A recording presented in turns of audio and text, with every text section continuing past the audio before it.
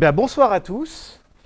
Je suis super content d'être là. J'étais en train de me demander avec Horatio depuis combien de temps j'avais pas fait un talk au FinisDev et c'était pré-Covid. Donc je suis vraiment content d'être là pour comme le précédent talk, en fait, vous raconter une histoire de comment je suis passé de contributeur à mainteneur d'un driver de base de données en Rust. Alors, pour ceux qui ne me connaissent pas, je m'appelle Pierre Zem, je travaille à Clever Cloud sur tout ce qui est système distribué. Donc en gros, tous les trucs un peu relous, les Zookeeper, les Hadoop, les Kafka, les Pulsar, tous ces trucs-là, tous les trucs un peu chiants que généralement les gens ne veulent pas forcément opérer et réparer en production la nuit à 2 h du matin. Généralement, ça tombe dans mon travail. Je travaille notamment sur la partie serverless de Clever dont on va reparler à la toute fin. Je maintiens... Je vais faire au laser pour qu'il soit en vidéo. Oh. Merci Google Slide. Je maintiens du code en open source, notamment en Rust. J'ai aussi un peu de Go qui remonte à quand j'étais étudiant.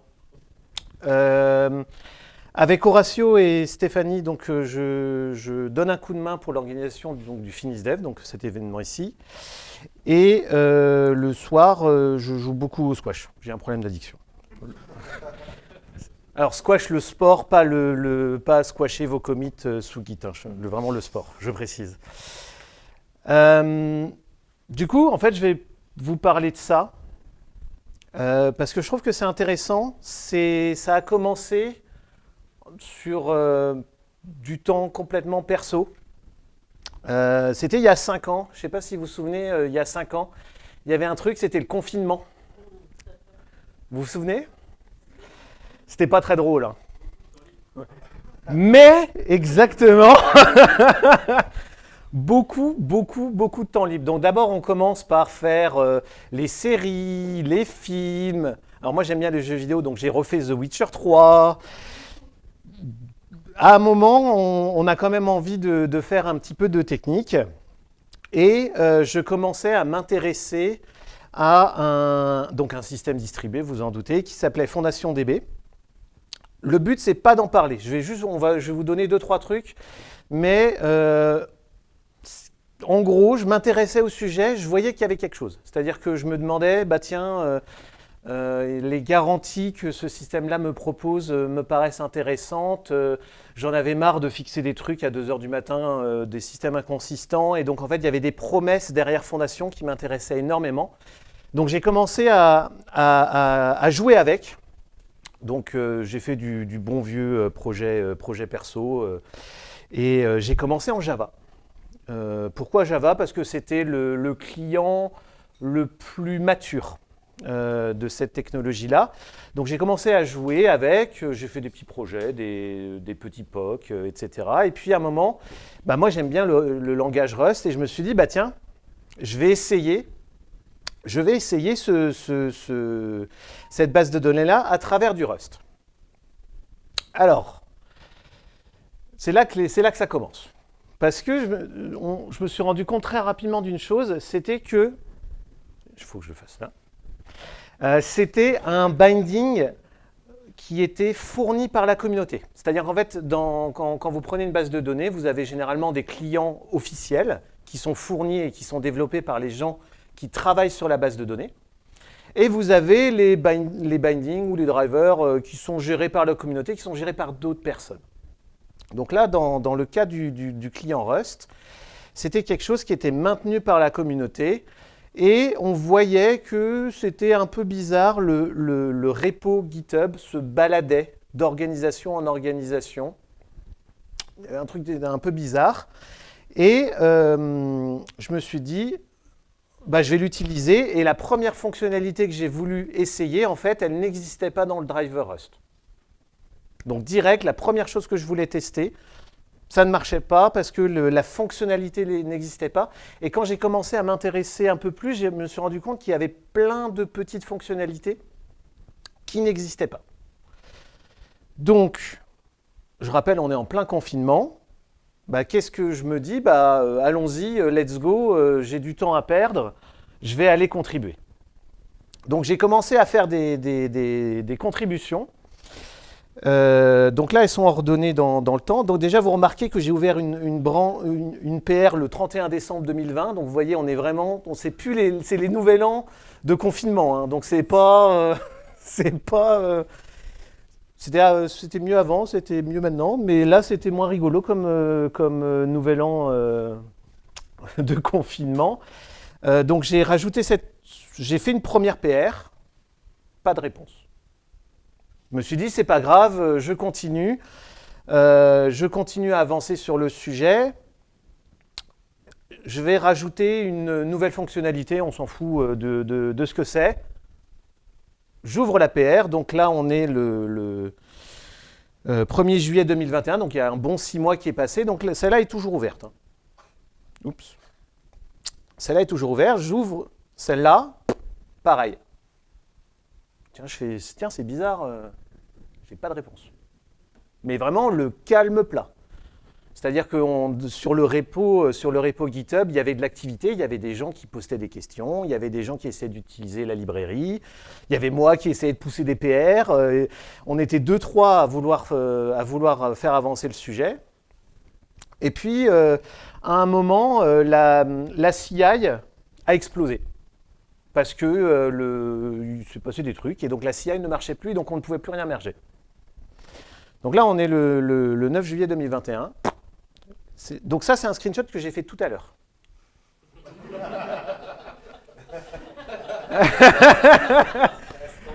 Donc, en fait, qu'est-ce qui se passe? C'est que le repo était complètement inactif. Et quand je dis inactif, il n'y avait plus rien. C'était limite un repo mort. La librairie était toujours utilisée. C'est-à-dire qu'on voyait, il y avait de l'activité dans ce qu'on appelle crates.io en Rust, qui est l'endroit où on publie les librairies. Donc en fait, on voyait des téléchargements tous les jours. Donc il y avait des gens qui utilisaient cette librairie-là, mais elle était, entre guillemets, dans un repo GitHub qui avait personne, littéralement. Donc le repo, c'est click and go / fondation RS. Donc, on continue. Moi, j'attends, et puis à un moment, j'en ai un peu marre. Je me dis, bon, j'ouvre une issue et je me dis, est-ce que je vais en avoir une autre réponse? Parce que ça commence à devenir assez compliqué. Donc, on était 2-3 personnes à vouloir contribuer dans le projet, à vouloir le faire évoluer. Il y avait des gens qui utilisaient le repo. Il y avait des entreprises qui utilisaient ce repo-là. Aucune réponse. Et donc là, pareil, aucune réponse. À ce moment-là, j'avoue, j'avais un peu abandonné. Je m'étais dit, bon là, tant pis, je vais faire du Java, je vais faire de la garbage collection, je tunerai mes GC, et puis tant pis. Et là, un miracle s'est produit. J'ai été contacté par mail. Donc c'est pas par mail, hein, déjà c'est pas public. Par mail, à partir c'était l'ancien mainteneur qui m'envoie un mail. Bon, je vous passe le mail, mais en grosso modo, il dit que, alors, c'est moi qui maintenais ce repo-là, et globalement, je travaille plus à Click and Go, et ça s'est un peu mal mis ma rupture. J'étais le seul contributeur et la seule personne qui avait accès au repo GitHub. Maintenant, il n'y a plus personne. Donc en fait, ça veut dire que personne ne pouvait merger du code. Le président de Click and Go ne répondait pas du tout. Et c'était pas quelqu'un qui semblait très tech, donc il regardait pas ses mails GitHub, globalement, je pense. Donc il n'en avait rien à faire. Donc ça, c'était le constat. C'était le constat, alors c'était dommage parce que dans son mail, il y avait vraiment de la tristesse parce que c'était lui qui avait ramené le repo dans l'organisation Click and Go. Donc c'était lui qui avait fait la migration, qui s'était embêté, qui maintenait le truc tout seul. Il l'a bougé dans le repo de sa boîte, qui venait juste de l'embaucher pour travailler là-dessus. Et tout s'effondre. Donc il était un peu dégoûté. Ça se ressentait dans son mail. Et du coup, il me dit globalement, là, on est dans une impasse et personne ne va répondre à tes mails et personne ne va réussir à faire bouger les choses. Ouais. Non, excuse-moi, c'est juste pas le moment des questions, mais c'est le lien entre Click and Go et Fondation DB. Du coup, Click and Go, c'est une boîte française qui utilisait Fondation. Je ne sais pas pourquoi. Je sais même plus c'est une boîte dans le médical, je crois. Et ils utilisaient ce driver-là. Et en fait, ils avaient embauché l'ancien mainteneur. Et du coup, lui, il s'était dit, en fait, au lieu que le repo soit dans mon org GitHub, ça aura plus de poids si c'était porté par une entreprise. c'est pas l'entreprise qui fait Fondation DB. Non, non, non, c'est vraiment une entreprise qui utilisait le client Rust, en fait. Donc, on est dans une impasse. Par contre, il y a deux choses qui sont importantes. Donc cette personne-là avait toujours les droits pour publier la librairie, le driver. Donc en fait, crates.io, c'est l'endroit où on publie, donc il y a le code source et GitHub, et il y a l'endroit où on le publie à la communauté Rust qui s'appelle crates.io, et donc ça, il avait toujours l'accès. Donc c'est-à-dire qu'en fait, il était capable de publier. Il pouvait rien merger, rien modifier du code, mais lui était capable de publier du code sur ce repo-là. Donc ça, c'était un des premières choses qui s'est passé. Deuxième chose, la licence ne nous posait aucun problème, entre guillemets. Donc c'est une licence MIT Apache 2. Donc en fait, derrière, ce que ça voulait dire, en fait, on peut fork. On peut se dire, on va bouger le repo et on va reprendre le repo GitHub. Alors lui, à ce moment-là, il n'avait pas super envie de travailler là-dessus. Je pense qu'il était un peu amer de la situation. Du coup, je me suis dit, allez, why not 8 décembre 2021, ça faisait 6 mois que j'étais arrivé chez Clever et on commençait à se dire qu'on allait utiliser cette chose-là. Donc, ça nous posait des soucis, on ne pouvait pas contribuer. Plus personne maintient le repo, personne n'a accès, on va faire un hard fork, il n'y a pas le choix. Donc un hard fork, qu'est-ce que c'est ? On va forker le truc et on va dire ce repo-là, ça va être la nouvelle source de vérité. Une chose qu'on a fait, du coup, c'est que comme le repo n'arrêtait pas de se passer de main en main et d'entreprise en entreprise, on s'est dit qu'on allait le mettre pas sous la tutelle d'une entreprise, pour ne pas réitérer le problème, en fait. Donc, en fait, on a créé une orga dédiée. Alors, j'ai été très inspiré dans les noms, je l'ai appelé Fondation DB-RS.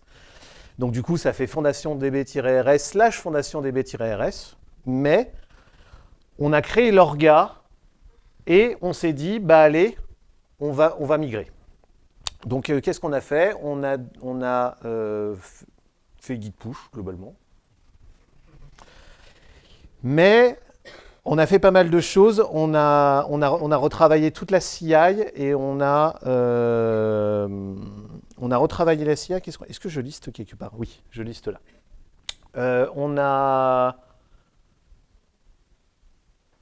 Première chose qu'on a fait, donc on a fait le git push. Deuxième chose, alors on a changé le nom de la branche principale de master à main. Ça, c'était le truc, c'était le moment de le faire. C'est-à-dire que quand il n'y a plus personne qui peut travailler sur le truc, c'est le moment de se dire, voilà, qu'est-ce qu'on peut faire pour nettoyer du code, nettoyer de l'organisation. Donc, on a changé ce truc-là. Dans Fondation, à un moment, ils ont enlevé le support de Windows. Du coup, c'était le bon moment d'introduire en fait des tiers de plateforme, donc des tiers de compatibilité. Qu'est-ce que ça veut dire ? Ça veut dire que peut-être que la version Linux x86 de cette librairie-là, en fait, on va la tester, on va faire énormément de choses et on va vraiment s'assurer que tout marche.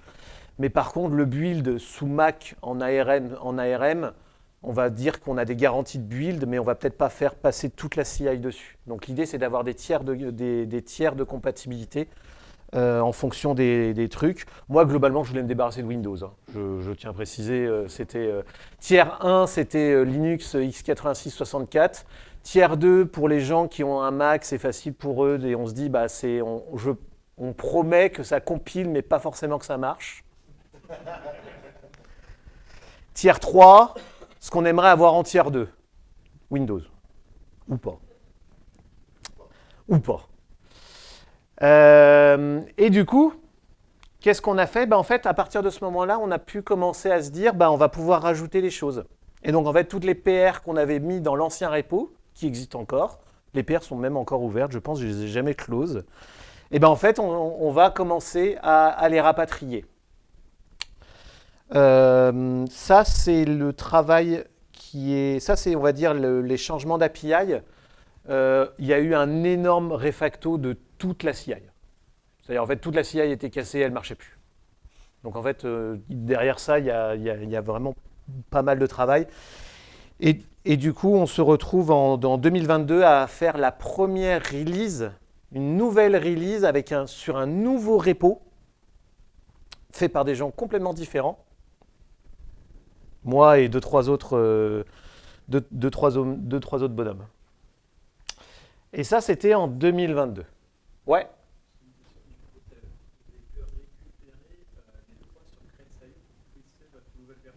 Ouais. Il avait les droits. En fait, l'ancien mainteneur... Oui. La question, c'était, est-ce qu'on avait les droits de pouvoir pusher sur creds.io? La réponse est oui, parce que c'était la seule chose que l'ancien mainteneur avait.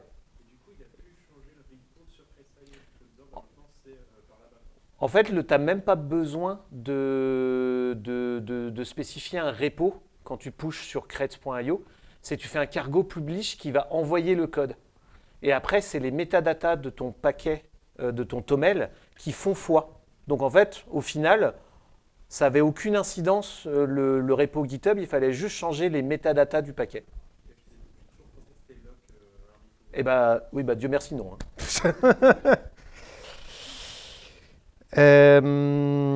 Du coup, on a commencé à améliorer ça et du coup, la version 0.6 a été la première version qu'on a réussi à push à partir de tout ce travail-là. Alors, du coup, 8 décembre, j'ai les dates, en fait, c'est facile. Donc, 8 décembre 2021, on commence à se dire qu'on va le faire. 13 avril, on a fait le truc, sachant qu'à ce moment-là, donc, pour être tout à fait franc, ces PR-là, je les avais faites sur mon temps libre, donc les soirs et les week-ends, enfin, et les confinements, quoi. À partir de là, ma boîte me donnait du temps de travail. Alors, j'avais pas des semaines, j'avais pas 3 jours sur 5, hein, j'avais plutôt 2-3 heures pour avancer le truc, mais c'est à ce moment-là où j'ai pu investir du temps de travail pour le faire.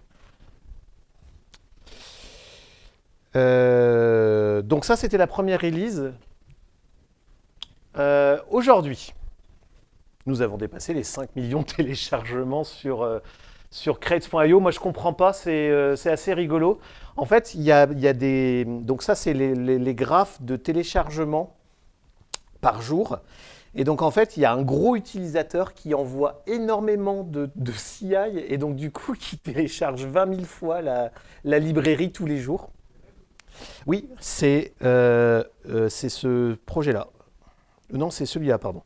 C'est celui-là, de la fondation Apache. Et en fait, il télécharge. C'est pas nous, je précise, parce qu'en interne, on était là. Oui, alors Pierre, t'es marrant, c'est sûrement toi, quoi. Les stats prouvent que non, je précise, parce que c'est important. C'est important pour l'histoire.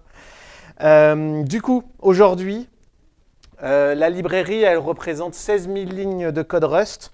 On a 5 millions de téléchargements. Il y a 20 000 par jour ouvré, globalement. On a une nouvelle release tous les 9 mois. En tout, on a 30 contributeurs, mais on n'en a qu'un seul, on va dire, principal. C'est utilisé par qui? Parce que au final, c'est une information qui est importante. Donc, c'est utilisé par Datadog. C'est utilisé par Clever. c'est peut-être utilisé par ces entreprises-là. Pourquoi je dis peut-être? C'est parce que j'ai eu des interactions avec des gens qui travaillent dans ces entreprises-là, qui ont ouvert des issues ou qui sont venus discuter avec moi sur le temps ouvré de leur time zone.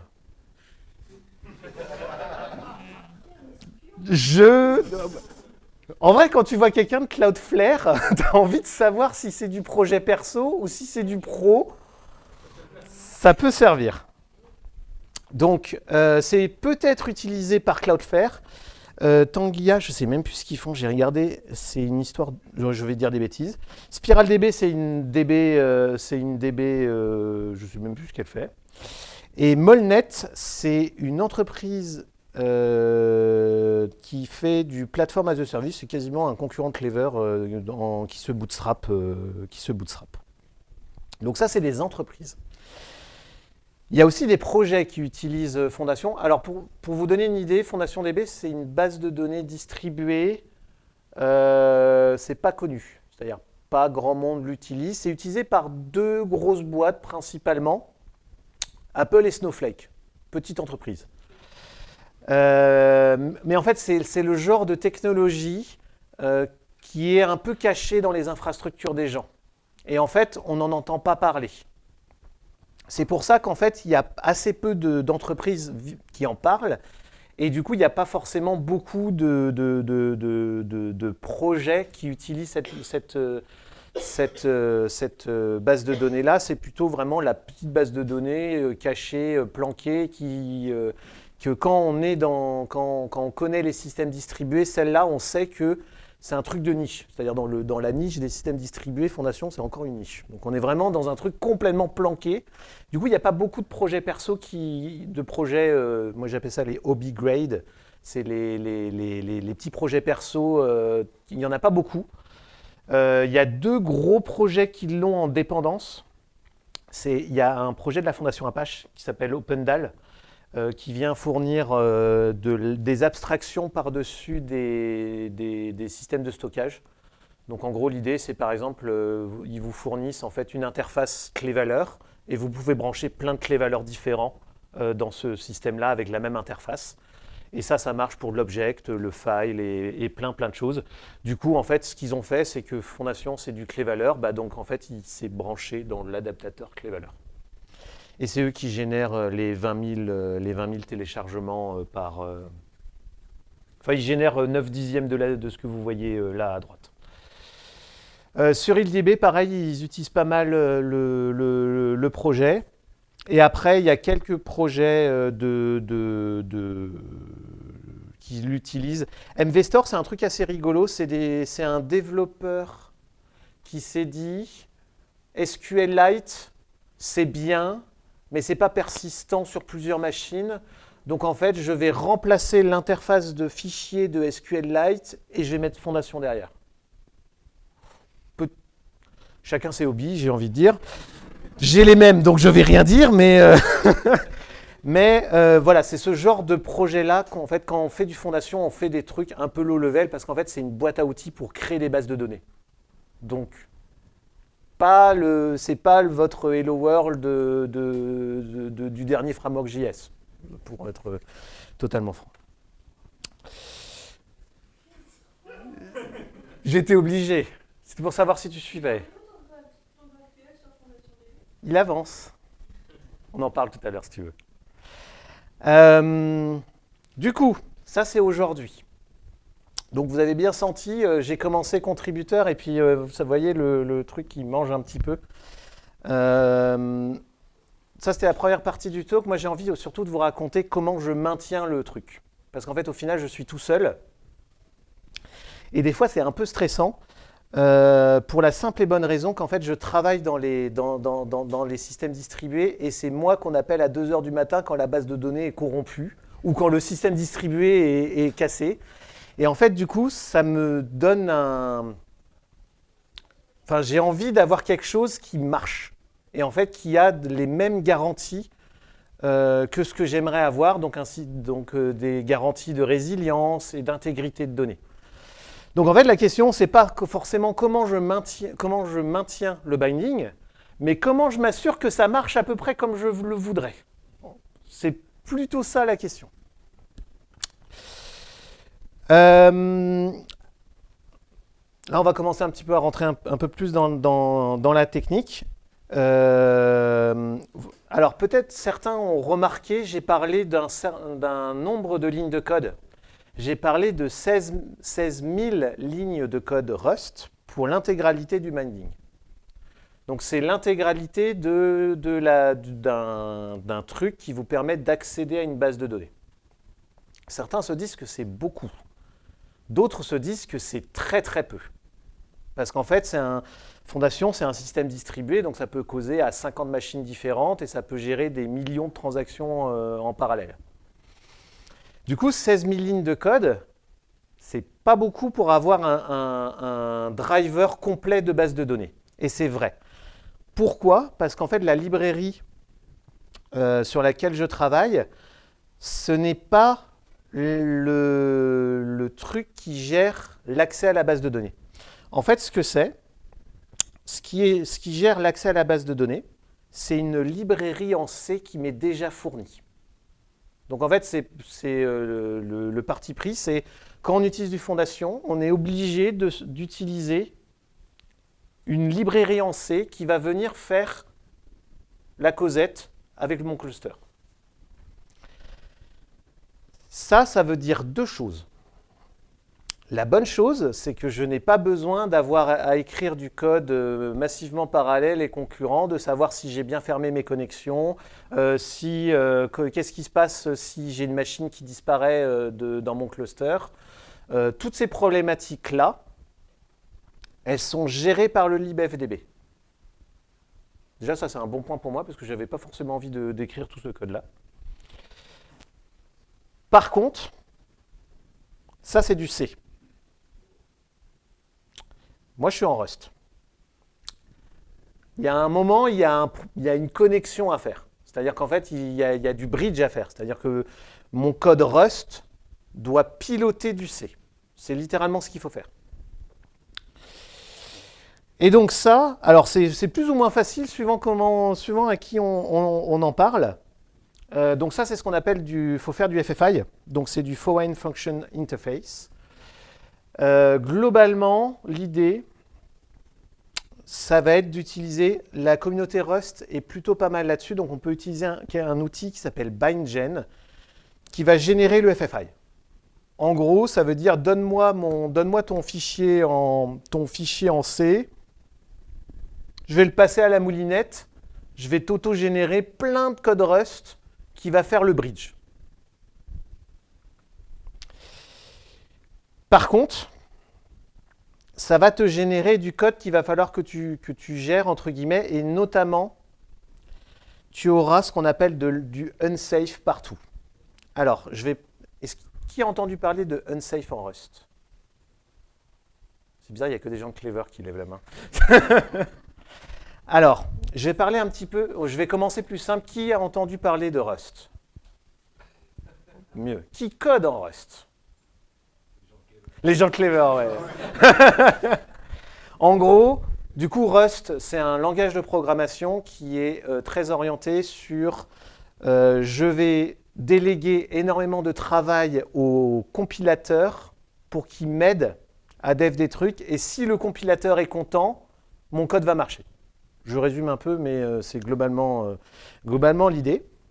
Et ça, comment il fait ça? C'est que à chaque moment, le compilo sait à qui appartient quelle variable et qui a les droits d'écriture sur telle variable et à qui, quel thread doit l'utiliser et quel thread peut la lire. En gros, moi j'utilise souvent cette métaphore-là, c'est que quand vous prêtez quelque chose à votre collègue, vous savez que c'est votre collègue qui l'a. Et bien en fait, dans le compilateur Rust, il fait ça pour tout le temps. Et quand votre collègue vous ramène le truc et qu'il est à moitié cassé, ben en fait, vous avez donné un objet mutable et on vous l'a rendu à moitié déchiqueté. Le compilateur va vérifier à chaque moment qui appartient à quoi et comment pour savoir quand est-ce qu'il doit l'allouer, qui a le droit d'y accéder et quand est-ce qu'il doit le désallouer.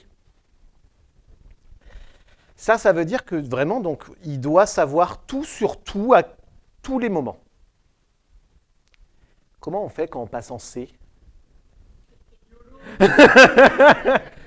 YOLO. Et c'est pour ça qu'en fait, le mot-clé unsafe en Rust existe. Globalement, le mot-clé unsafe, c'est vous mettez unsafe, vous mettez accolade, et après, c'est là, grosso modo, c'est pas toi le compilateur qui va te donner les garanties d'intégrité, c'est moi en tant que développeur qui vais dire t'inquiète, ça passe. Large, ça passe large. Donc en gros, quand vous faites de l'intégration de lib C en Rust, globalement votre code il ressemble à ça. Vous avez votre fonction Rust qui va prendre des arguments. Vous passez en unsafe et vous faites votre call de code C qui a été généré par ce système-là. Et en fait, ça, par exemple, ça, c'est du code de ByteGen mal fait, entre guillemets, parce qu'en fait, vous n'avez fait aucune garantie sur A et B. Vous n'avez mis aucun verrou. Et en fait, le truc, c'est que Rust s'attend à avoir des verrous. Et en fait, quand vous passez en unsafe, vous avez 0 verrou. Du coup, il y a énormément de travail pour venir encapsuler et vérifier au runtime ou à la compilation que vous avez passé les bons paramètres en C. Donc en fait, on fait littéralement du C, hein, c'est de la vérification. On prend la doc de la libc, on regarde qu'est-ce qu'elle accepte, dans quelles conditions, si on a passé un pointeur, si on passe un pointeur quelconque. Pareil, la mutabilité, ça c'est des aspects en Rust qui sont importants, puisqu'en fait on a des mots-clés pour dire que les variables sont mutables. Bref, grosso modo, quand on passe en unsafe, c'est globalement vous passez un peu en mode C, quoi. Donc c'est assez contraignant, et du coup c'est là où ça demande énormément de tests. Pour vous donner une idée, ça c'est une fonction de scan. Ça c'est ce qu'on doit passer en C. En fait, donc pour ceux qui ont fait un peu de Rust, ça c'est pas des types classiques en Rust, hein. Ceux-là. Ça c'est les types en C qu'on doit venir caster, vérifier à la main. À droite, c'est la version Rust, l'équivalent. En fait, qu'est-ce qu'on a fait? On est venu encapsuler, vérifier, faire un peu le travail du compilo et venir vraiment créer une expérience qui ressemble à de la programmation Rust, plutôt que se taper ça. Du coup, vous pensez bien que venir faire le test unitaire sur chacun des arguments pour venir dire, voilà, quelles sont les contraintes de ce begin offset-là? C'est quoi que lui, il accepte, que moi, je devrais accepter? En fait, c'est tout ce travail-là qu'on doit faire, du coup, ici. En fait, on doit encapsuler énormément de comportements, vérifier énormément de choses, avant de passer en unsafe et faire « Ok, c'est bon, j'ai contre-vérifié tout pour toi, tu n'as pas besoin, fais-moi confiance ». Du coup, vous vous en doutez, on a besoin de faire énormément de tests. Donc, on parlait des tiers de compilation. Qu'est-ce qu'on fait globalement? On surmultiplie le test. Ça a été vraiment, moi la stratégie, ça a été toujours de surmultiplier la CI et surmultiplier les tests. Donc en fait, aujourd'hui, les tests, on les fait passer sur des OS multiples, sur des versions de fondation différentes, et c'est sur des versions de Rust différentes. Donc ça, c'est de la matrice, hein. Donc ça veut dire qu'en fait, par exemple, là, le premier tour, on le fait tourner sur de l'Ubuntu, sur la version 1.71.1 de Rust, et avec la version FDB 6.3. J'en ai 46 des tests comme ça. Pourquoi? Parce qu'en fait, au moins, j'ai la garantie que la combinaison linéaire de Ubuntu de 6.2 et de la compilation en stable, ça marche. Et en fait, ça, c'est super important parce que je n'ai pas envie de gérer ce truc-là. Je n'ai pas envie d'avoir un utilisateur qui arrive, qui ouvre une issue et qui me dit « Oui, alors du coup, dans ma version de Ubuntu, ça ne marche pas. » Non, Je m'efforce de surmultiplier la CI. Donc on utilise du GitHub Actions pour ceux qui connaissent.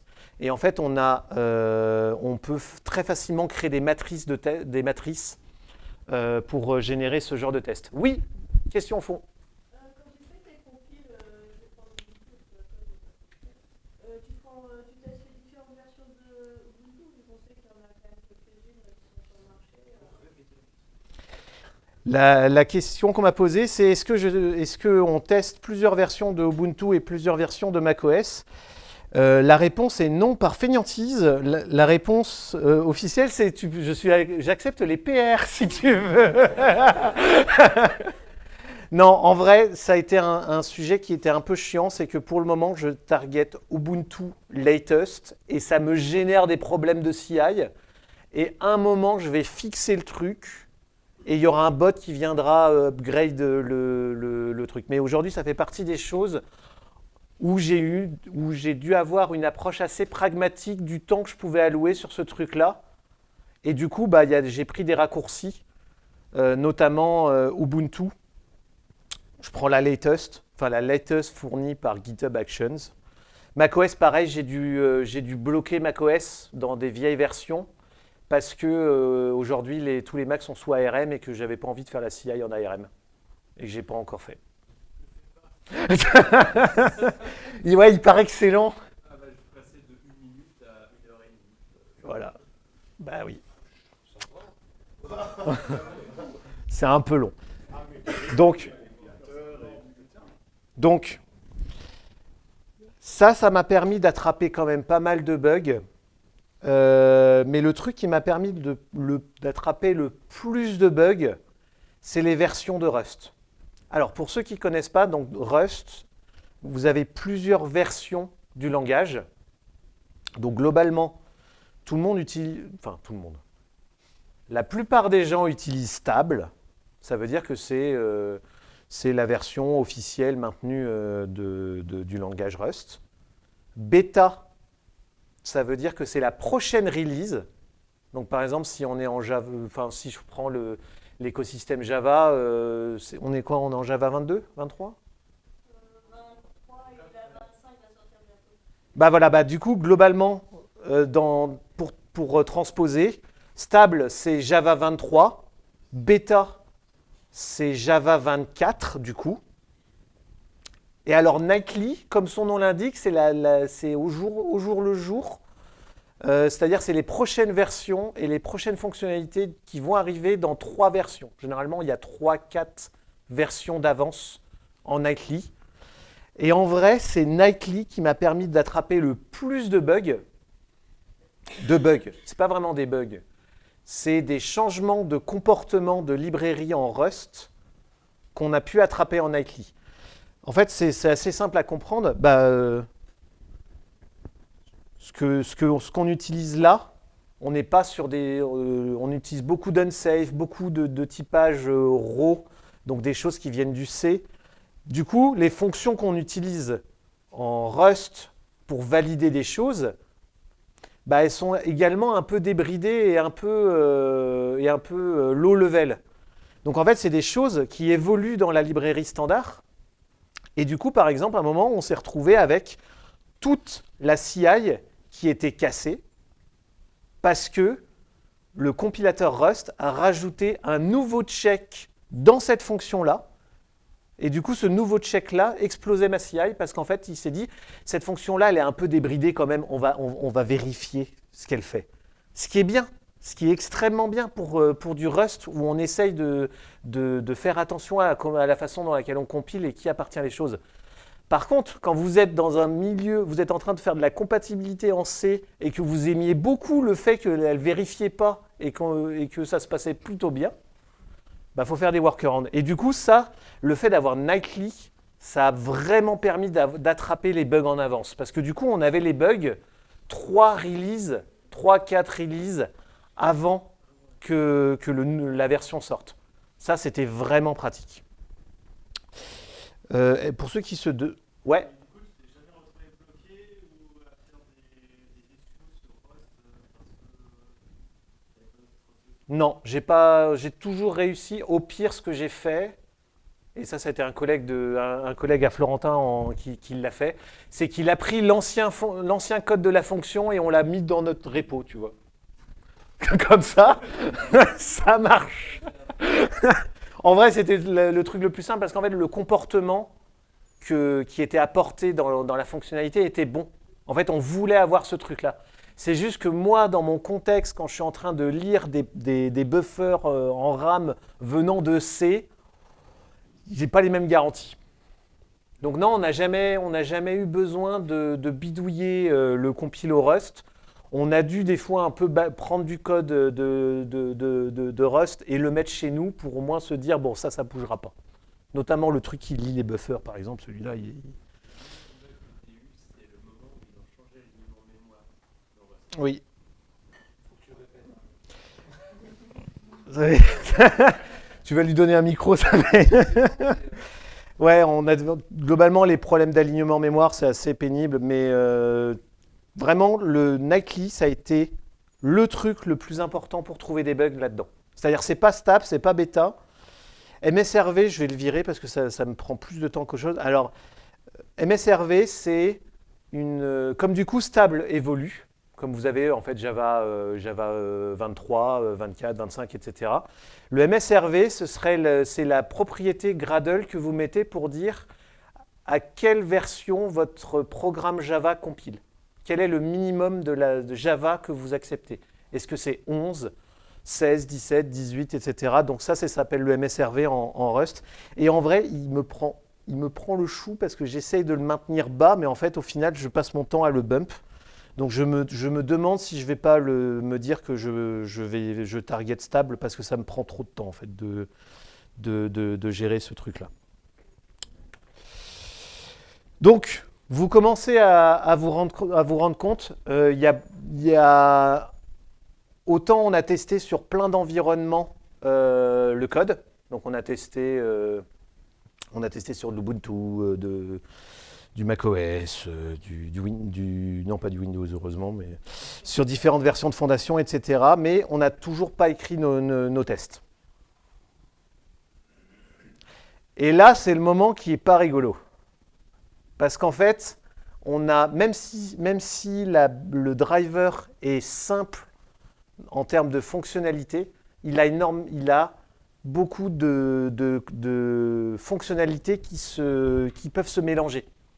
Et du coup, comment on fait pour venir tester la cardinalité des fonctionnalités? Donc vous avez vous développez une nouvelle fonctionnalité. Par exemple, tiens, je vais reprendre un truc quelque part. J'ai où? Le directory layer. Vous ne savez pas ce que c'est, moi non plus. Comment moi, en tant que mainteneur, je m'assure que le directory layer est compatible avec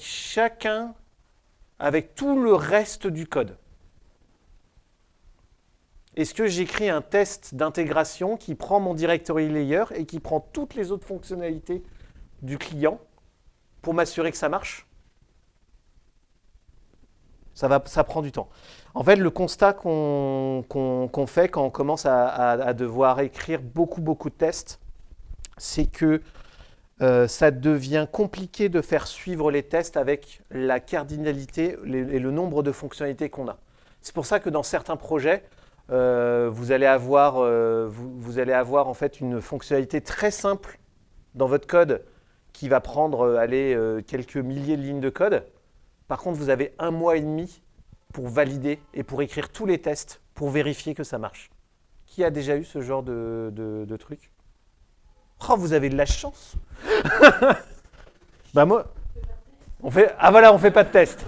Beaucoup plus simple.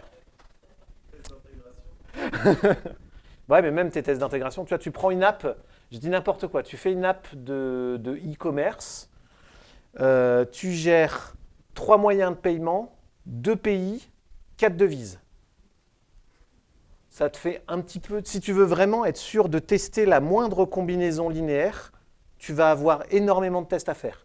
Tu rajoutes une feature, tu surmultiplies les tests. Du coup, comme tout développeur, qu'est-ce qu'on fait quand on a un truc qui est chiant? Alors, soit on ne le fait pas, soit on l'automatise, soit on le génère et on écrit du code. Et donc, en fait, ce qu'on a fait, c'est qu'on a généré des scénarios de test. Enfin, Ça a été un truc qui m'a énormément aidé. C'est que les gens derrière Fondation ont fourni un outil qui permet de s'assurer que le driver marche. Donc en fait, eux, ils maintiennent différents drivers. Donc ils maintiennent Java, Go, Python. C du coup, oui. Donc ça, c'est on va dire les 4 qui sont maintenus par les corps mainteneurs de Fondation. Et en fait, ils se sont dit, on va avoir le même problème, ça va être relou de s'assurer que les 4 drivers marchent de façon ISO. Notamment quand vous avez des fonctionnalités où vous voulez vous assurer que quelque chose que vous avez écrit en Java est lisible en Rust ou en Python ou dans un n'importe quel langage. Du coup, ils ont développé un outil qui s'appelait le Binding Tester. C'est un tool officiel qui permet de valider qu'on interagit de la bonne manière avec Fondation. Qu'est-ce que ça va tester? Ça va tester les transactions, les opérations atomiques, les erreurs et l'encodage des clés. Parce qu'en fait, on peut encoder dans Fondation, c'est du clé-valeur, et on peut encoder les clés de telle manière à ce que ça ressemble à des tuples, donc à des mini-collections, entre guillemets, pour pouvoir facilement les manipuler. Ça évite les trucs comme quand on fait du HBase, enfin des clés-valeurs avec des clés en bytes, de venir encoder à la main des séparateurs anti/X, machin bidule. En fait, là, il y a directement un format d'encodage des clés. Bref. Ça, ce binding tester, en fait, qu'est-ce qu'il va faire? Il va vérifier le comportement à travers les bindings. Et ça, comment il le fait? Il génère des tests en aléatoire à partir d'une seed. Qu'est-ce que ça veut dire? Tout le monde arrive à lire, c'est bon? À peu près? En gros, comment ça se passe? Là, ça c'est un tour de binding. Donc je vais lancer le binding tester. Je vais lui dire que fais-moi 1000 opérations, ça on s'en fout. Je vais faire passer le test qui s'appelle API.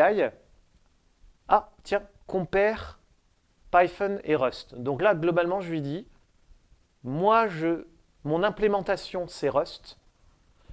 L'implémentation de référence, tu vas prendre Python. Donc là, qu'est-ce qu'il va faire? Il va commencer par générer une seed, donc une graine, un nombre aléatoire. Et en fait, à partir de ce nombre aléatoire, il va générer des opérations en aléatoire. Il va me les insérer. Il me les insère dans la base de données, qui vont être lues par la version Rust du binding tester. Et ce binding tester, il va prendre les opérations, il va les faire. Donc pour ceux qui connaissent les stack-based language, en gros, ça va pousser dans une pile des opérations à faire et il va manipuler des trucs. Donc par exemple, ça va vous dire create transaction, put, toto, tata. Et en fait, tout ça, c'est généré aléatoirement et c'est le binding tester qui va générer les tests. Donc par exemple, il va dire, bah voilà, je vais utiliser telle fonctionnalité de la transaction. Et ça va être piloté par la seed. Vous prenez une autre seed, vous n'aurez pas du tout le même test. Donc c'est ça en fait qui va essayer d'explorer le code. Et donc en fait, le binding tester, il va écrire des choses. Donc là, ces trucs-là sont lus. On va faire la même chose en Python. Vous vous souvenez mon histoire d'implémentation de référence? Donc là, on a fait d'abord le Rust. On va faire après le Python. Donc là, il fait le Python. Donc normalement, ça marche, normalement, théoriquement. Des fois, on tombe sur des trucs un peu chelous, mais à 99,99999%, ça marche. On lit les résultats et on vient faire la comparaison. C'est-à-dire, est-ce que j'ai eu exactement le même comportement? Est-ce que l'erreur a été jetée de la même manière? Est-ce que est-ce que la transaction est bien passée? En fait, ça, il va venir faire la vérification en fonction du jeu en fonction de la seed ici. Et après, il nous dit que tout content que la seed Tartampion, machin, a trouvé 0 résultat incorrect. Qu'est-ce qu'on fait? On recommence. Pourquoi on recommence? Parce qu'on aura une nouvelle seed. Du coup, on aura un nouveau jeu de test qui va venir réexplorer le modèle. Et donc, en fait, on brute force, entre guillemets, l'API pour être sûr à tout moment qu'on n'est pas dans un modèle qui est raté. Ouais. Du coup, par contre, si tu as un incident, tu peux rejouer ta seed jusqu'à ce que tu résolves. Exactement. Ça, c'est le... Merci pour la transition. Ah oui, c'est vrai. Mais c'était pas cette présentation-là, mais oui. Et on n'a pas un argument qui permettrait de le faire, ça a continué sur une centaine de fois ou 1000 fois, tout simplement. Ouais, c'est ce qu'on fait. En fait, ça, faire tourner cet outil-là, alors je vais répondre à ta question dans les slides, mais en fait, cet outil-là, ça a été la clé pour maintenir ce driver-là, tout simplement parce que ça me permettait de trouver ce que j'appelle les bugs que je ne connais pas. C'est-à-dire que quand on écrit du test, vous voyez, il y a toujours ce truc où on fait... Alors peut-être qu'on peut faire du TDD et on se dit, alors moi, je sais que je vais être dans ce contexte-là, du coup, je vais écrire tous les tests qui correspondent à ma compréhension du problème. Est-ce que tu as loupé des trucs? Plein. Et en fait, moi, cet outil-là, il me permet de savoir ce que je ne connais pas. Et c'est pour ça qu'il est extrêmement intéressant. Et surtout, j'ai une boucle de feedback qui est très courte. Parce que si j'ai une seed ou un test qui foire, je reprends la seed et je peux débugger en local. Donc en fait, je m'assure que je fais mon dev, j'envoie le banning tester. Ah, le banning a explosé au premier tour. J'ai fait super.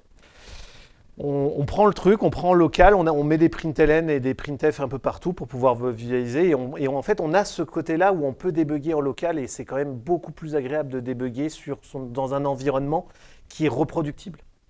Ça a été vraiment la clé. Je pense que sans le banning tester, c'était impossible de maintenir tout seul avec le boulot classique en fait.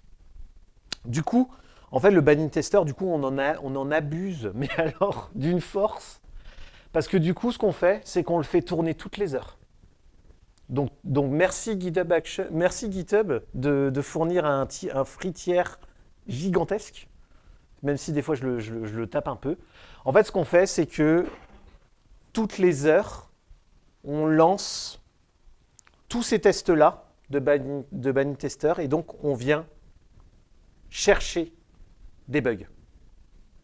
Donc en fait, je me suis amusé à regarder, donc il y a une partie stats maintenant dans GitHub Actions, et donc en fait, chaque mois, ça représente 219 jours de recherche de bugs. Ce qui est quand même assez pratique. Du coup, ça tourne tout le temps. Et c'est ça qui permet de dire, en fait, je suis quasi sûr de ne pas tomber dans un truc chelou. Ou alors, si je tombe sur un truc chelou, soit j'ai trouvé un bug dans Fondation, ça a été le cas une fois, ou soit c'est quelque chose qui n'est pas validé par le banning tester. Et du coup, ce n'est pas validé par les autres mainteneurs. Du coup, dans un monde, on se dit, du coup, on voit si on améliore le banning tester. Mais vraiment, ce truc-là, j'en abuse, parce qu'en fait, c'est juste super pratique. Le seul problème de ce truc-là, et j'ai oublié de le mettre dans les slides, c'est que, des fois, ça change de slide. Le trackpad sous Linux, c'est toute une histoire. Du coup, je l'ai dit, la boucle de feedback, elle est très bien parce que du coup, quand vous pouvez faire le dev, quand vous faites le dev de votre fonctionnalité en local, c'est facile de venir faire le truc. Alors par contre, quand ce truc-là trouve un bug 6 mois après que le code a été mergé, c'est assez relou d'aller réouvrir. Parce qu'en fait, vous savez que ce truc-là, il a passé des centaines de milliers de tours de simulation. Mais par contre, le code a trouvé une combinaison linéaire qui fait que votre code ne marche pas. Là, j'avoue que c'est un peu chiant parce que vous savez que moi, ça m'est arrivé 3 fois. À chaque fois, j'ai pris 2 semaines et demie dans la vue pour aller débugger le truc. Parce qu'en fait, il va chercher vraiment la combinaison linéaire la plus foireuse au pas possible. Et déjà, moi, je passais une semaine juste à comprendre ce qu'il avait foutu. Donc, autant la boucle de feedback, elle est très bien quand on dev et qu'on est dans le processus de PR et d'amélioration. Par contre, quand il trouve un truc sur du code qui existe déjà, c'est vraiment très relou. Ouais. Tu as trouvé une fois un bug sur Fondation. Est-ce que tu as aussi trouvé des bugs sur l'implémentation du driver Python? Alors, une fois, il m'a jeté une exception et j'ai jamais compris pourquoi. Mais j'ai jamais eu de problème là-dessus. Parce qu'en fait, ça, je le dis. Ça, pourquoi? Parce qu'en fait, Apple, ils ont des clusters de calcul en fait. Du coup, eux, ils le font eux-mêmes entre Java, Python, Python Go, et ils le font en fait à une échelle massivement supérieure. Donc en fait, je compte sur Apple pour à peu près la qualité du binding Python et sur le fait qu'ils crament du CPU à gogo pour chercher des problèmes pour moi. Du coup, moi, mon implémentation de référence, c'est Python. Du coup, ça tourne en CI, en automatisé tous les heures. Et en plus, sur des grosses PR, donc quand je rajoute une fonctionnalité, une grosse fonctionnalité, je peux demander à la CI, fais-moi 1000 tours de binding tester en obligatoire. Donc ça me permet au moins de me dire, quand je push une fonctionnalité un peu compliquée, la CI, du coup, le calcul va mettre 1 ou 2 heures de CI, mais au moins, je sais que je peux débrayer et avoir ce truc-là. Donc en vrai, c'est à ce moment-là que j'ai découvert le fait d'avoir des bugs reproductibles et de trouver les bugs que je ne connais pas. Et en fait, cette idée de venir pas écrire tous les tests d'intégration, mais écrire un générateur de scénarios qui va venir essayer de parcourir votre code, en fait, c'est super malin. Et vraiment, maintenant, j'essaie d'en foutre partout et mes collègues en ont marre. Donc, vous vous souvenez de notre petit diagramme. Donc, on a notre petit code en C. Donc, du coup, le code en C, il est massivement testé, il est validé par Apple. Nous, on a donc du coup la librairie en Rust qui est validée, testée par le binding tester. Donc là, on pourrait se dire, on est plutôt pas mal. Comment on teste que l'utilisateur ne fait pas n'importe quoi avec la librairie? Comment on s'assure que le développeur qui prend la lib et qui n'a pas lu la doc et qui essaie de démarrer le truc et qui fait un peu n'importe quoi, ou qu'il teste un truc que du coup les développeurs de fondation n'ont pas pensé parce qu'en fait ça leur paraîtrait tellement pas forcément intuitif mais contre-productif de faire les choses de cette manière-là. Moi qui est réveillé à 3 h du matin pour réparer des trucs qui sont cassés, comment je m'assure que le client Rust, que le code Rust marche quand j'ai une coupure réseau ou que ma base de données est inconsistante? Comment je m'assure que mon code métier qui utilise le driver interprète correctement toutes les erreurs? On va aller encore plus loin, mais c'est un peu l'idée. Alors, je vous parle de Fondation depuis tout à l'heure. Je vous ai dit qu'il y a 5 ans, c'était une base de données qui m'intéressait. Je ne vous ai pas dit pourquoi. Donc, les gens qui ont développé Fondation, avant de développer la base de données, ils se sont dit, développer une base de données distribuée, massivement scalable et transactionnelle, c'est un boulot un peu compliqué. Pourquoi c'est compliqué? Parce qu'en fait, il va y avoir le monde de la prod, de la production qui va arriver. Donc en fait, vous allez avoir des coupures réseau, vous allez avoir des disques durs, vous allez avoir des pattes de machine, vous allez avoir plein de choses. Vous allez avoir tout ce qui se passe dans une vraie production qui va venir interférer avec votre code. Du coup, ils se sont dit, bah en fait, si on veut développer la meilleure base de données du monde, soit on écrit 2000 milliards de tests d'intégration, soit on se dit, on va écrire un simulateur. Et donc en fait, de la même manière que nous, on utilise le binding tester, eux, ils ont développé un simulateur de système distribué. Donc en gros, le but, c'est de venir de la même manière que, comme je vous l'ai montré tout à l'heure, de trouver les bugs en dev plutôt qu'en prod. Qu'est-ce que ça veut dire, simulateur déterministe? Bah, c'est simple. Tout ce qui va parler au système va avoir une abstraction et on va venir injecter des fautes. Donc le network et le disque, ils vont être abstraits et ils vont avoir une version, un mock, sur lequel on va venir injecter plein de fautes. Je vais vous montrer tout à l'heure. Le temps aussi, ce n'est pas déterministe. On va le moquer, donc on va en créer une version simulée, et on va venir agir dessus. Les topologies de cluster, pareil. En fait, dites-vous que tout ce qui peut arriver dans une prod a été injecté et codé dans le simulateur pour qu'ils s'assurent qu'ils arrivent à développer le meilleur système distribué possible. Donc vous voyez, j'en avais un peu marre d'être réveillé à 3 h du matin et ça m'intéressait quelque chose qui soit un peu solide. C'est la raison pour laquelle je me suis intéressé à cette technologie-là. Et comme le simulateur est déterministe, en fait, vous avez cette boucle de feedback en dev. Donc juste pour vous donner une idée, je vais accélérer un peu parce que sinon on va me gronder. En gros, ça va? Bon. Le simulateur, pour vous donner une idée à quel point c'est puissant, donc là je vous ai mis un petit fichier de test. Ça va essayer de faire des transactions. Donc là vous dites, bon ok. Ça va dire, au moment que tu veux, tu vas venir couper le réseau. De façon complètement déterministe, en simulation. Alors, je ne l'ai pas mis là pour que ça soit lisible dans la slide, mais en fait, ils ont découvert un truc, c'est que pour trouver les meilleurs bugs, en fait, si vous coupez plusieurs connexions réseau de façon séquentielle, si vous les réactivez dans le sens inverse, vous trouvez plus de bugs.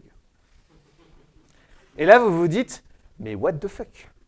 Et en fait, ça, c'est un truc qui est connu, c'est qu'en fait, c'est eux qui ont découvert ce truc-là, que en fait, le fait de réactiver les connexions TCP dans l'ordre inverse dans lequel vous les avez coupées, bah en fait, ça, c'est quelque chose qui est contre-intuitif et qui casse du code en production.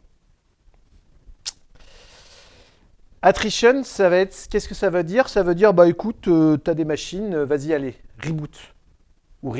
Ou alors fais-les disparaître. Parce que c'est plus rigolo. Bon, je suis gentil, il faut quand même que ma base de données marche. On va en garder 3. On va garder 3 process à peu près en vie.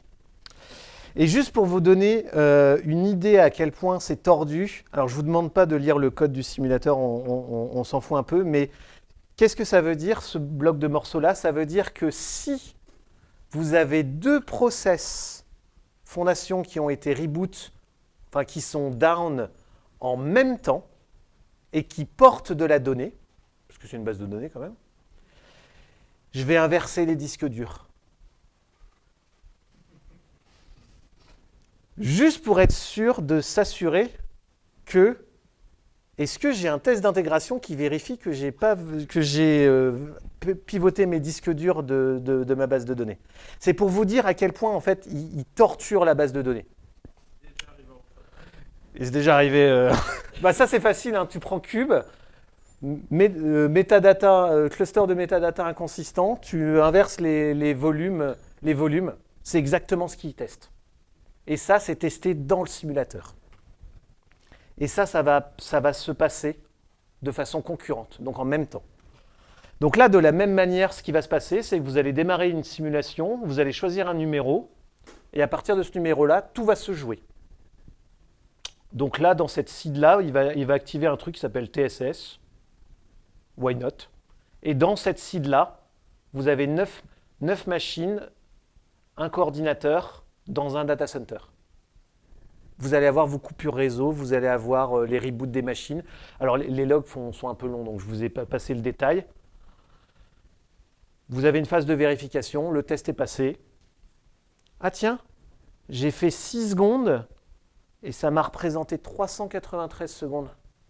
Ah bah oui, parce que du coup c'est du temps simulé. Du coup je peux accélérer le temps. Du coup je peux me dire que je peux faire passer des tests extrêmement rapidement. Pour vous donner une idée, Apple, ils font tourner 4000 années de simulation par an. Ils ont un peu de calcul. Leur facture Amazon.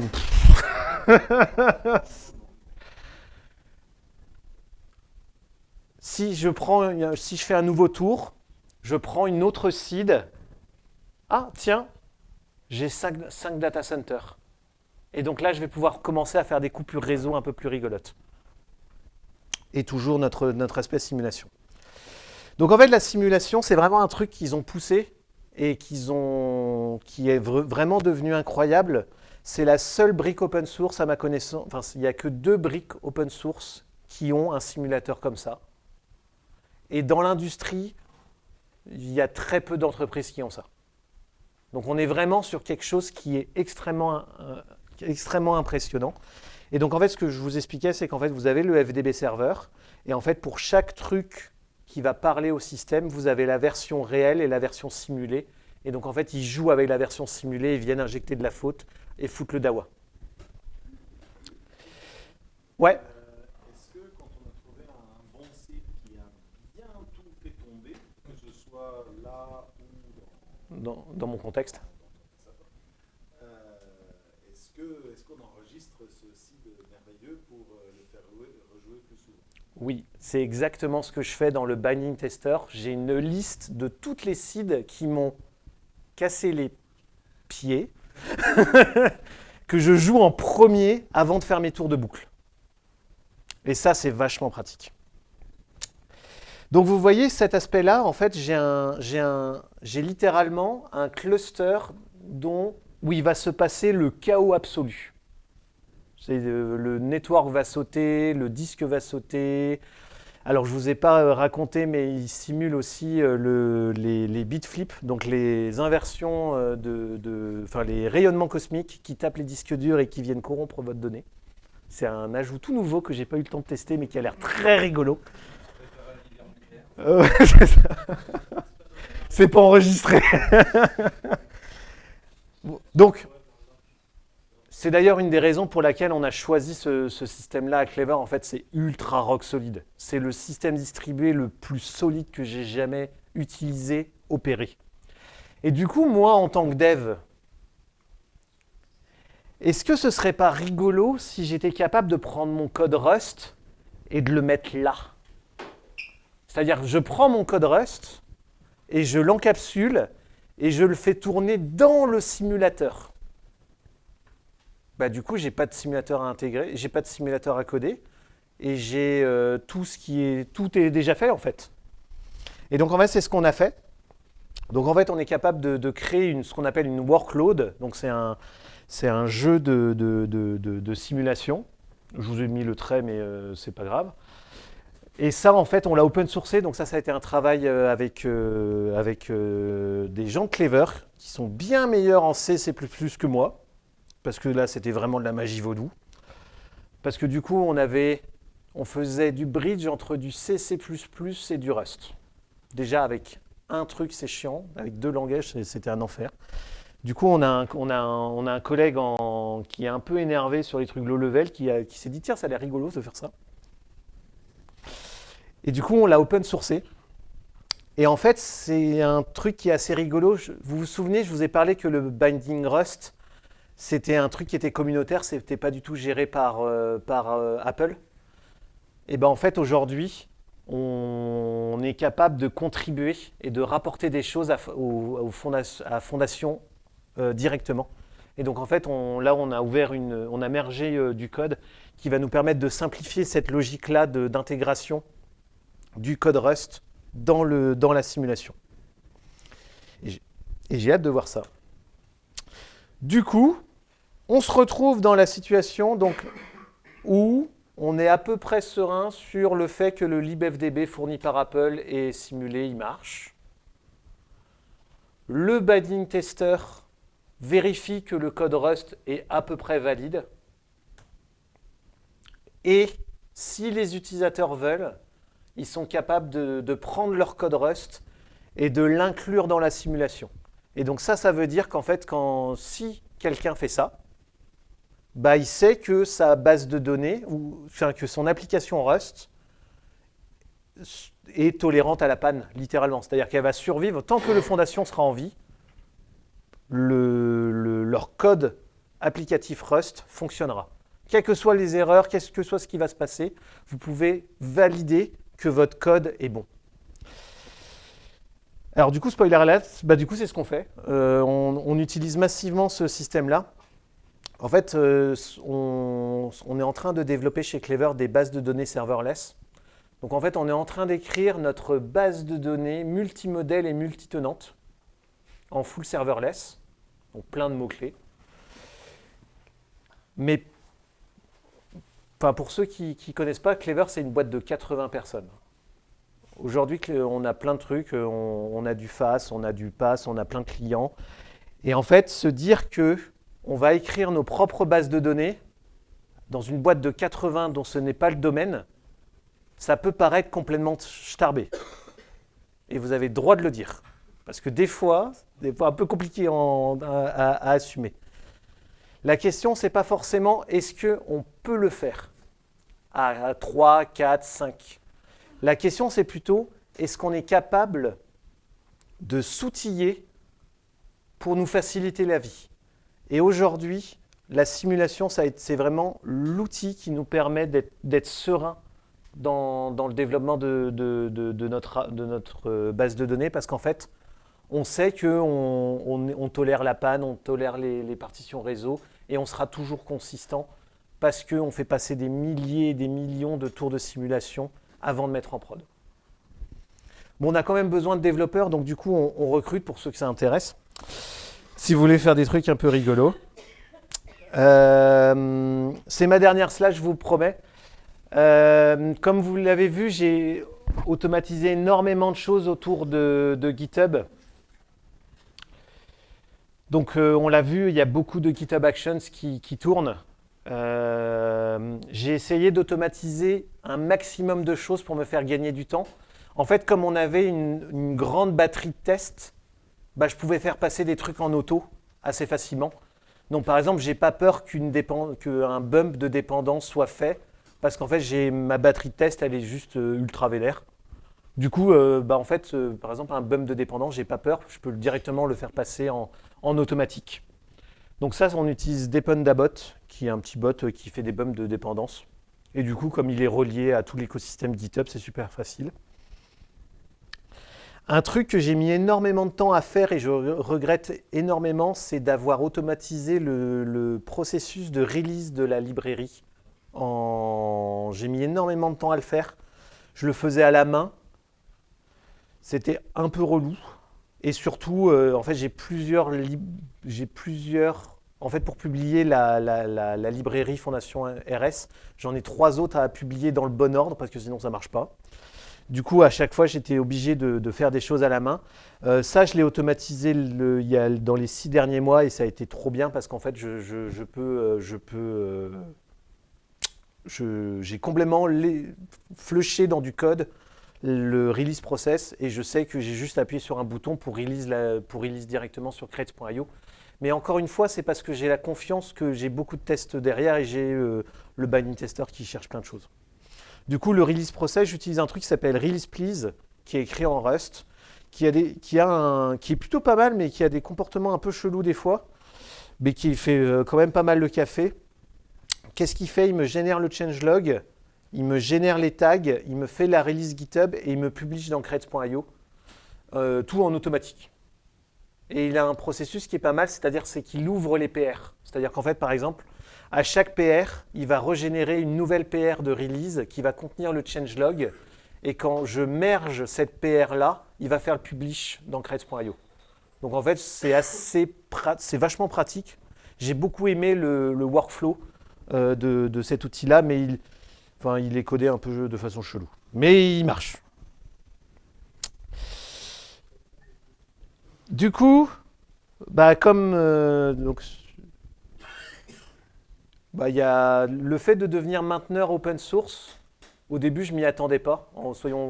J'étais parti en mode. Donc, vous vous souvenez, au tout début de la présentation, c'était moi qui m'ennuyais pendant un confinement et je voulais pousser des fonctionnalités. Et au final, je maintiens le truc. Je suis ravi d'avoir réussi comment les choses se sont passées. Ça a été un peu pénible au début, quand il fallait bouger le repo et faire le hard fork. Ça a été vraiment pénible. Par contre, je suis content de maintenir du code qui est utilisé, et pas seulement par ma boîte. En fait, c'est utilisé par des projets open source, c'est utilisé par d'autres boîtes. Ça, j'avoue que c'est vachement intéressant, et ça, j'en suis plutôt fier. Vous l'avez compris, je fais un peu attention à ce qui manipule de la donnée et la consistance et compagnie. Du coup, le fait d'avoir rajouté beaucoup de sécurité sur comment je codais, moi, ça me rassure, personnellement. Ça, je suis content que Clever ait apporté à ça. Je vais les faire les good et bad dans le désordre. Ça m'a beaucoup aidé d'avoir du temps boulot pour le faire. Ça, j'avoue que ça a commencé comme du temps perso. C'est devenu, à un moment, c'était du mi-perso, mi-pro. Et en fait, le fait de pouvoir travailler dessus le jour, c'est quand même plus agréable plutôt qu'à de faire ça en rentrant en plus du travail. Donc ça, pour le coup, ça c'était vraiment chouette de pouvoir basculer du monde. On fait ça le week-end. Ah bah non, en fait, t'es payé et tu peux allouer du temps pour le faire. J'ai quand même essayé d'automatiser pour gagner le plus de temps possible. Mais ça, c'était cool. J'ai discuté avec plein de gens. Ça, c'est un truc qu'on ne se rend pas compte, mais j'ai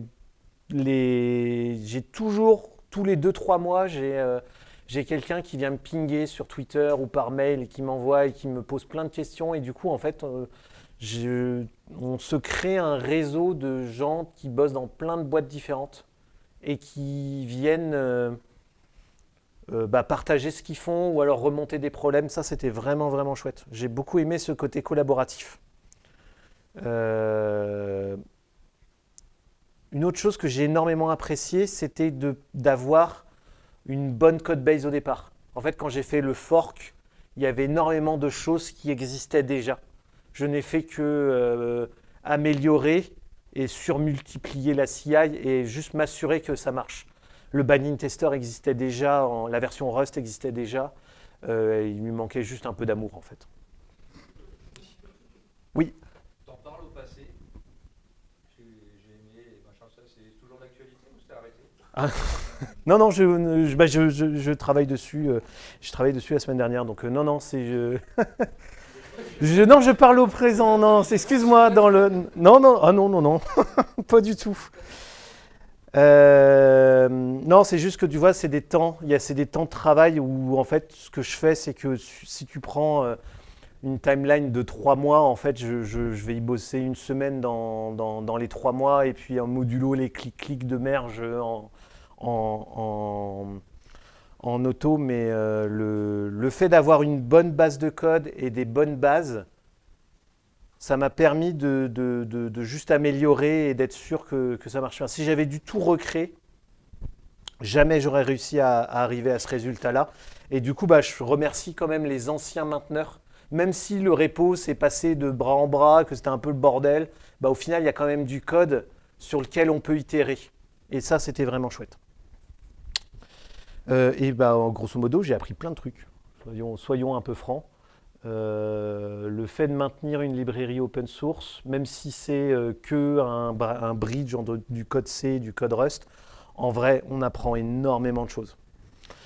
Dans les trucs que je regrette, bah, comme tous les mainteneurs open source, hein, moi je manque de mainteneurs et de docs et de guides et de tutos et de ce genre de choses. Comme c'est pas une base de données qui est connue, vous avez pas des blog posts qui sortent toutes les semaines en mode comment démarrer avec FondationDB en Rust. Ça n'existe pas ce genre de blog post là. Aujourd'hui, moi je vois un vrai essor sur la technologie et sur le driver. Du coup, je me dis qu'un jour ça arrivera. Et du coup, j'ai hâte de voir ce moment-là. Quitte à même, je serais ravi de prendre du temps pour écrire tous les trucs. Ou au moins donner un gros coup de main sur la partie rédaction. Parce que je pense qu'il y a beaucoup de... Comme j'ai la posture que j'utilise ce travail-là au boulot, en prod, bah en fait, il y a énormément de choses qu'on peut vulgariser. J'aimerais bien avoir plus de mainteneurs. Globalement, quand j'ai une PR dans laquelle je ne suis pas sûr, je suis obligé d'aller demander aux anciens qui ne travaillent plus dessus et du coup, je leur demande « Tu ne veux pas me donner une petite review, s'il te plaît ?» Ça, ce serait plus pratique d'avoir plus de mainteneurs officiels. C'est-à-dire qu'il y a des contributions, il y a des gens qui viennent, mais ils viennent faire une petite contribution par-ci, par-là. Pas des gens qui suivent le projet, qui font attention à comment ça évolue, etc. Du coup, ça, j'aimerais bien que ça évolue dans ce sens-là. Et je regrette d'avoir pas automatisé certains trucs. Le processus de release automatisé, c'est la vie. Hein. Je tiens à préciser. Ça me prenait 1h30 et j'étais obligé de suivre une doc que j'avais fait dans un coin. En fait, là, j'ai juste à merge une PR et ça déploie en auto. Donc vraiment automatiser, ça a été vraiment... J'ai attendu trop longtemps d'automatiser certains trucs. Mais au final, j'ai vraiment appris plein de choses. Et bah, du coup, j'espère que vous avez appris des trucs et que ça vous a donné envie de faire de l'open source. Et je vous remercie.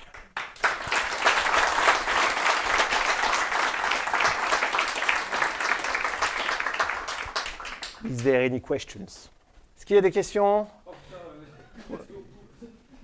Mon patron qui m'a autorisé à travailler dessus. Merci pour la présentation. Est-ce que, alors, 2 questions en une, mais est-ce que tu vas chercher les gens qui utilisent le driver, la librairie, et dans ces gens-là, est-ce qu'il y a des gens qui refusent potentiellement aussi d'être visibles dans l'usage qu'ils en font?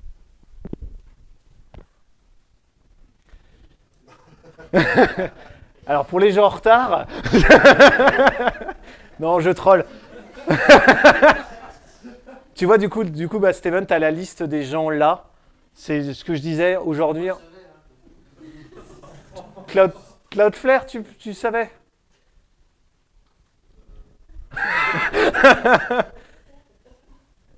T'as Molnet, c'est une future startup qui essaie de faire comme du Clever, pour info. Si tu veux aller regarder. Je ne répondrai pas à ces questions.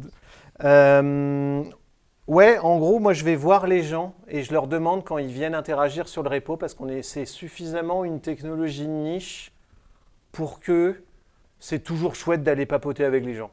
Et en fait, tout le monde fait un peu toujours la même chose quand on fait du fondation. Du coup, tout le monde a toujours les mêmes problèmes. Mais comme c'est fait dans le framework entreprise, comme tout le monde code dans son langage avec son framework d'entreprise, en fait, il y a assez peu de code qui est partageable.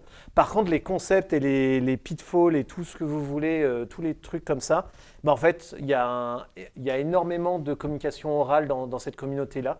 Et c'est un peu dommage. Nous, on essaye de pousser de l'open source pour justement arrêter de fragmenter l'écosystème. C'est un sujet compliqué. Bon, mais globalement, j'essaye de discuter avec tous les gens qui viennent sur le repo parce qu'ils ont toujours quelque chose à apporter, même si c'est pour dire « je travaille pour une start-up secret ». D'accord.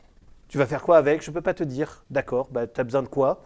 Bah, ça c'est bien, et puis peut-être ça. Il fait bah d'accord. Bah, tu veux faire? Oui, je veux bien. Ok, bah voilà. Rien que ça, en fait, ça permet d'orienter le développement.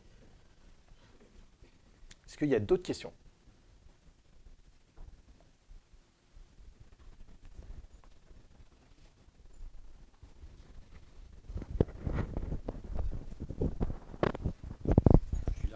Il est là. Merci. Merci pour le talk. Du coup, le bind tester, le binding tester, il te génère du code Rust ou pas vraiment? Ouais. Alors en fait, ce qu'il fait, c'est que tu as un... Alors attends, je vais te le mettre là. Ce truc-là en Python, il va te générer à partir de la seed des instructions à faire en mode aléatoire. Des instructions de Fondation DB ou de Rust? Des De ton instructions ils ont... Attends, je vais te montrer.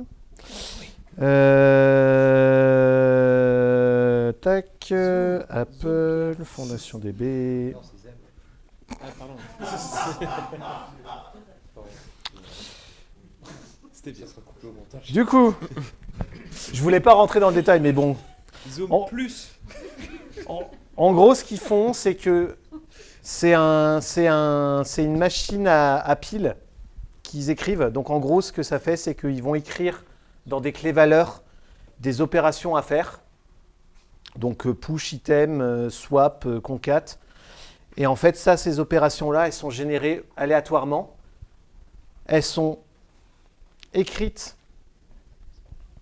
dans le Fondation.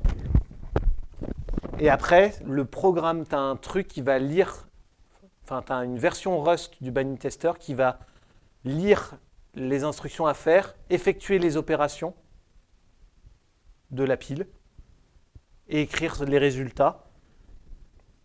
Et en fait, par exemple, tu as la même en Python.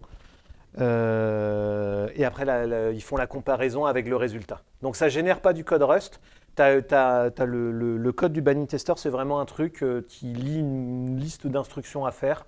Elles sont écrites dans la DB, donc c'est un gros scan vénère qui récupère toutes les opérations à faire et une grosse boucle for sur les opérations. Il les fait. En fonction des trucs, tu peux t'écrire les erreurs dans un endroit bien précis de la base pour que le validateur les retrouve en fait. Est-ce que ça répond à ta question? Nickel. Merci. Du coup, ça ressemble un peu à du fuzz testing qu'on trouverait. Enfin, fuzz testing, c'est plus l'input qui est Ouais, un peu. exactement. Le fuzz, c'est une approche du test qui va venir te dire si tu as un programme que tu essayes, par exemple un parseur, ou que tu as une chaîne de caractères, tu veux t'assurer que ta chaîne de caractères ne fait pas planter ton programme. Du coup, le fuzz, ce qu'ils font, c'est qu'ils vont te générer de l'aléatoire, mais le fuzz, c'est généralement relié à du code coverage pour savoir si tu parcours un autre espace du code. Parce qu'en fait, quand tu fais du fuzzing, tu génères du bruit et tu espères que tu tombes sur un truc qui marche. Ça, c'est pas très efficient. Donc en fait, généralement, ce que font les outils de fuzzing, c'est qu'ils se relient à du code coverage, donc à savoir si tu as changé de fonction ou pas, pour savoir si tu as fait des progrès. Et du coup, tu as des algos de fuzzing en fait, qui se débrouillent pour se rendre compte « Ah, j'ai mis une accolade, tu as l'air de comprendre du JSON ». C'est un peu ça l'idée. Mais en fait, ils arrivent à faire ça parce qu'ils ont accès à du code coverage et donc à ce truc-là. J'en ai pas parlé, mais on a du code coverage sur le binding tester, ouais, en plus. Mais oui, ça ressemble à du fuzz dans l'idée où tu essayes de parcourir un truc. La vraie différence, c'est que là, à partir de tu as vraiment une seed qui va te générer le scénario. Tu vois, par exemple, tu vas dire, tu vois, si je reprends mon exemple de magasin e-commerce qui vend avec 3 moyens de paiement sur 2 plaques avec 3 devises différents, bah, en fait, la CID va dire, alors, Bob a commandé, a payé avec PayPal, va se faire livrer en Europe et va payer, je ne sais pas, en Bitcoin. Ça donne un chemin. Et en fait, le Binding Tester, et l'idée de générer, c'est vraiment te dire, à partir de cette CID-là, comment je génère un test d'intégration, entre guillemets, un peu vénère. Donc c'est un peu comme du fuzzing, mais pas totalement parce que tu n'as pas cet aspect purement aléatoire, tu vois, du système. Est-ce qu'il y a d'autres questions ou on est bon? Eh bien, je vous remercie.